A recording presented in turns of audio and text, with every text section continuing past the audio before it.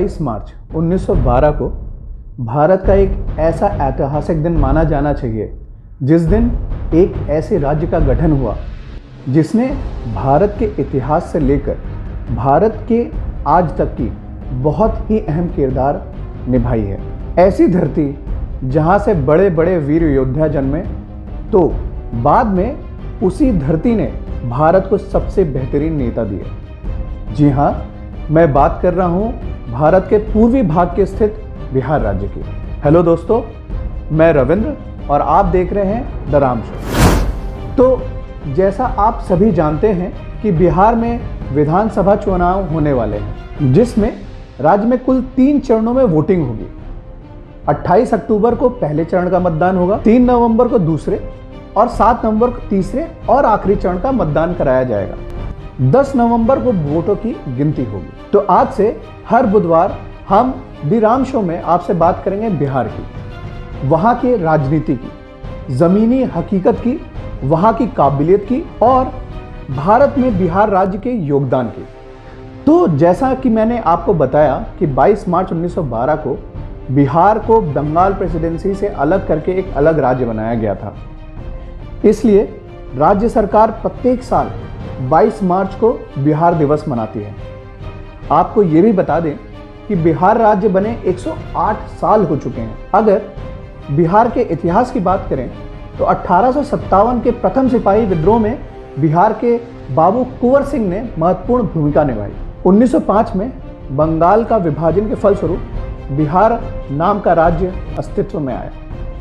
1936 में उड़ीसा इससे अलग कर दिया गया।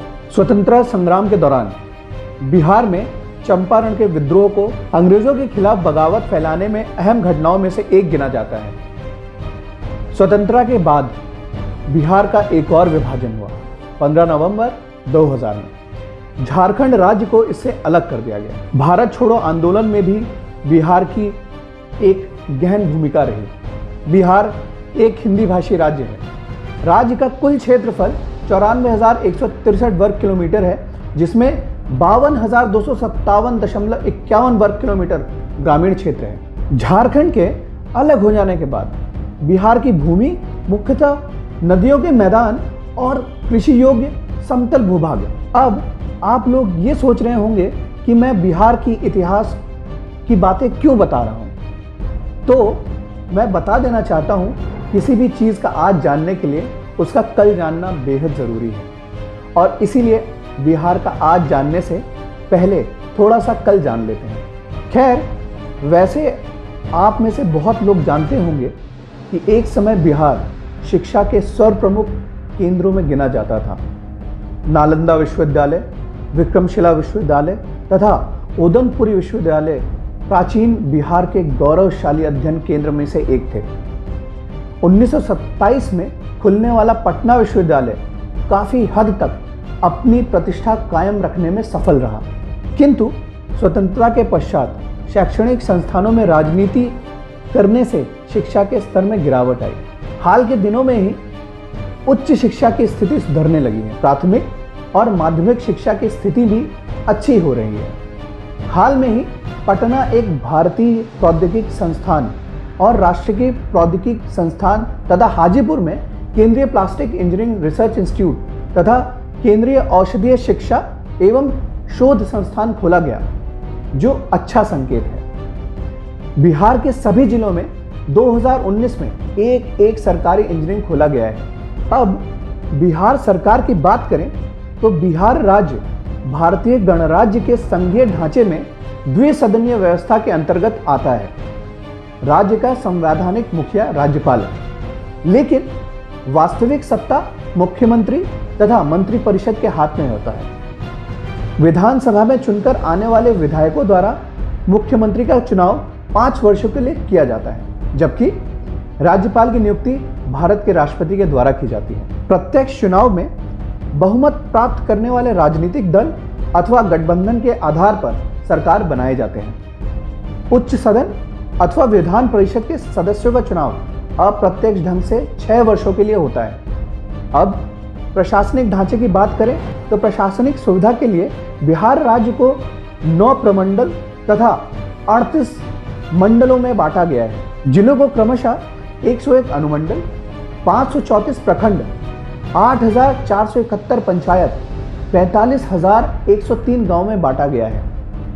राज्य का मुख्य सचिव नौकरशाही का प्रमुख होता है, जिसे श्रेणीगम में आयुक्त, जिलाधिकारी, अनुमंडलाधिकारी, प्रखंड विकास पदाधिकारी या अंचलाधिकारी तथा इनके साथ जुड़े अन्य अधिकारी एवं कर्मचारीगण रिपोर्ट करते हैं। पंचायत तथा गांवों का कामकाज सीधे तौर पर चुनाव कराकर मुखिया, सरपंच तथा वार्ड सदस्यों के अधीन संचालित किया जाता है।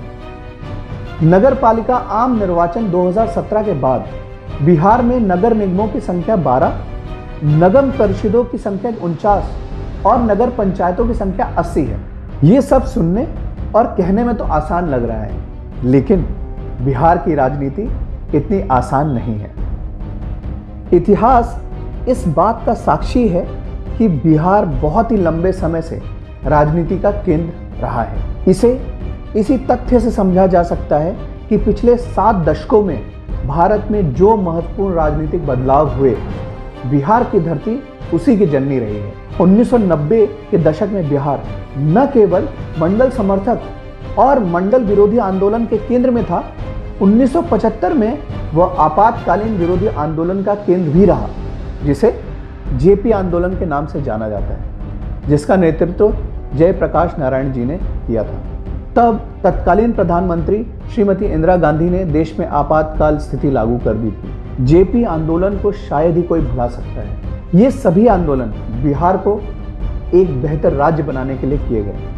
पर अगर हम आज बिहार की बात करें तो सच्चाई बहुत अलग है। गरीबी, जातिवाद, बेरोजगारी, पलायन, बाढ़, बीमारी, न जाने क्या क्या भुगत रहा है बिहार और वहाँ के लोग।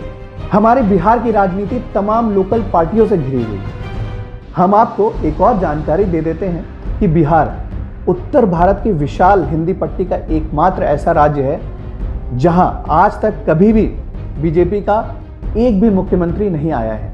इसके पीछे प्रमुख वजह है। अरे रुकिए, तो मैं ये आपको बताऊंगा अगले बुधवार यानी वेडनेसडे को दी राम शो में। अभी के लिए इतना ही। देखते रहिए मोजो पत्रकार।